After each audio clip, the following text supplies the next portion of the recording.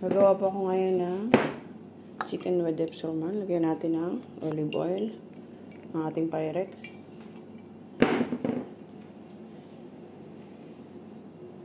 Lagyan natin yung gulay, carrot at patatas. Ang ating sibuyas. So yan, madaming sibuyas yan. Nasa 1 kilo.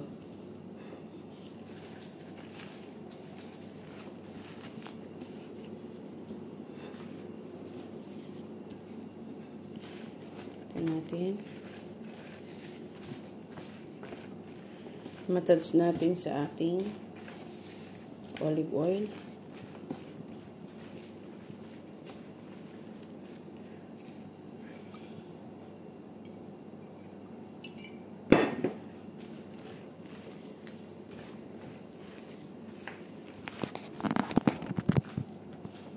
Lagyan natin ng 2 tablespoons sumak.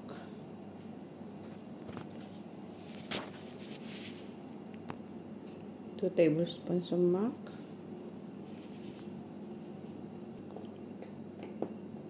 Lagyan natin ng ginger powder.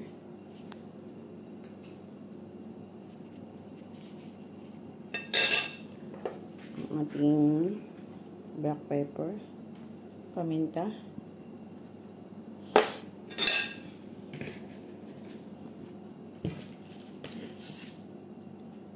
Salt.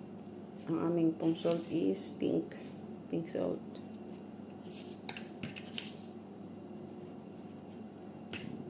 Lalagyan ko po siya ng pepper paste, yung mild lang po. 2 spoon. 2 spoon.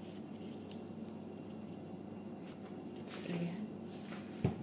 Ilagay na po natin ang ating chicken. 2 chicken.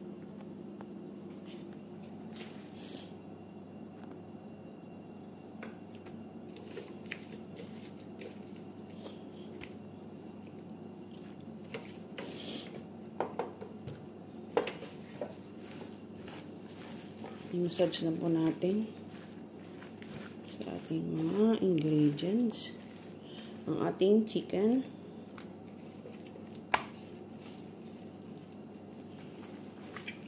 Yung ating pong pepper paste is mild lang po siya.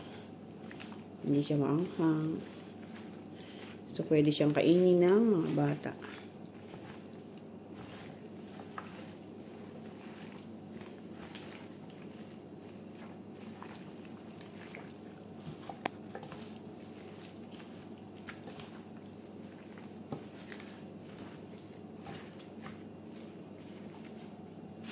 So, yan, okay na po. Na-mix natin lahat ng ating ingredients. Lalagyan natin siya ng Depsorman. Depsorman po is 4 tablespoon. 4 tablespoon. So, yan.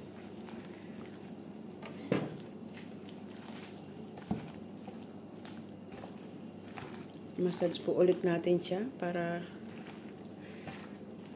ma-cover lahat ng ating vegetable at onion ng Depsorman.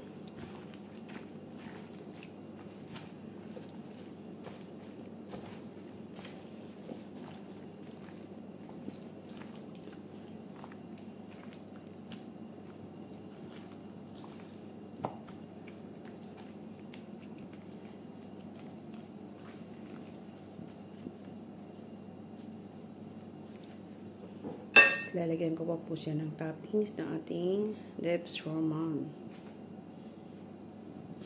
Sa ngayon naman, ibabrush na lang natin siya para yung pinaka toppings ng ating manok.